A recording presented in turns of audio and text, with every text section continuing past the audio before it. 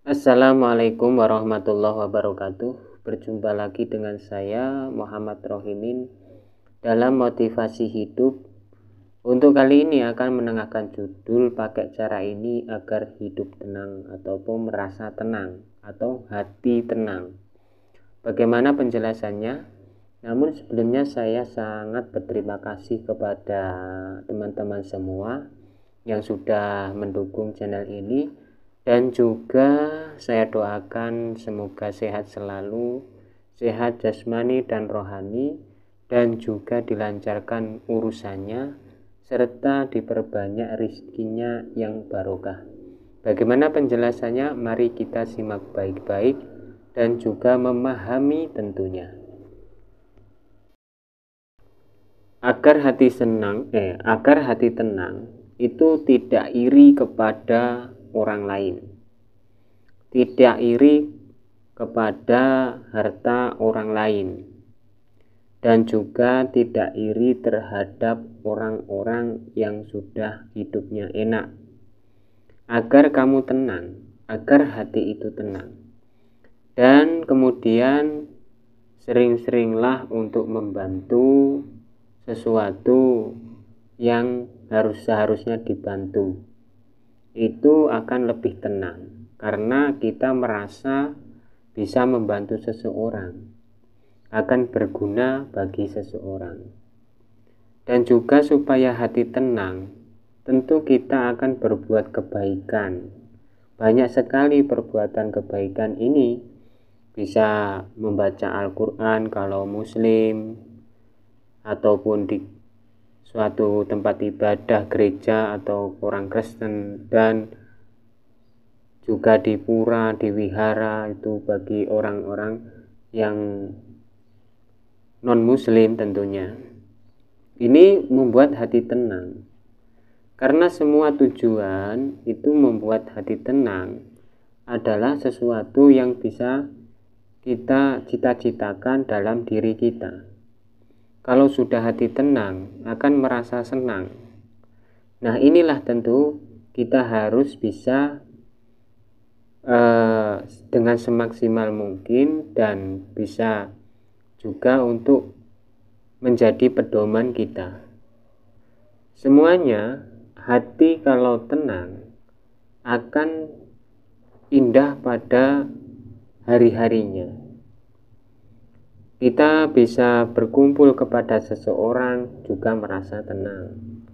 Berkumpul keluarga, berkumpul teman-teman, berkumpul seorang guru, berkumpul seorang kiai, berkumpul seorang yang cerdas-cerdas. Kita berkumpul suatu majelis dalam forum yang besar dan membahas topik yang sangat menarik, itu akan merasa tenang. Yang penting jangan menghibah pada orang, ini hati akan gelisah. Nanti kalau misalnya yang dihibai ini tahu, maka kita yang menjadi musuh. Jadi hati-hatilah dalam perbincangan ataupun ngobrol-ngobrol dengan orang lain. Jangan sampai membongkar rahasia seseorang yang disitu menjatuhkan harkat dan martabatnya, apalagi sampai membunuh karakter. Begitulah kira-kira.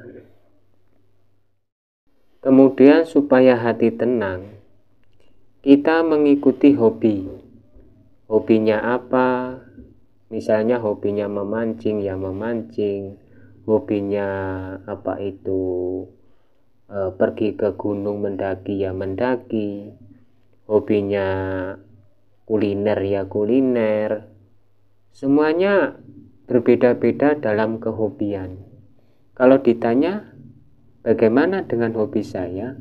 Nah, ini hobi saya seperti ini. Karena semua hobi itu berbeda-beda, mempunyai bakat tersendiri.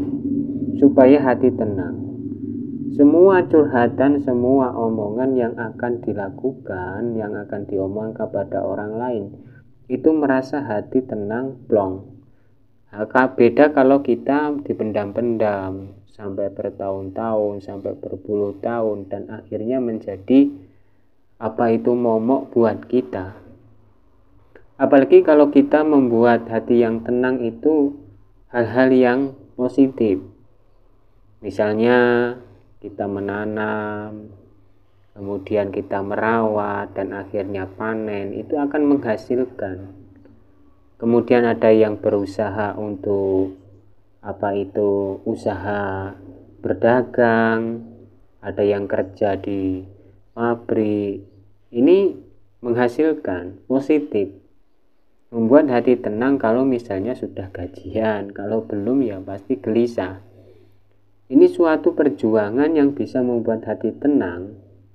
Itu sebuah pasangan yang mendukung kita, seorang pasangan yang sudah mendoakan kita agar usahanya lancar, sehat selalu, tidak ada hal-hal yang terjadi yang kita takutkan. Ini yang menjadi sesuatu yang sangat baik dan juga akan mendorong kita dalam kesuksesan ataupun keberhasilan yang akan didapat nantinya.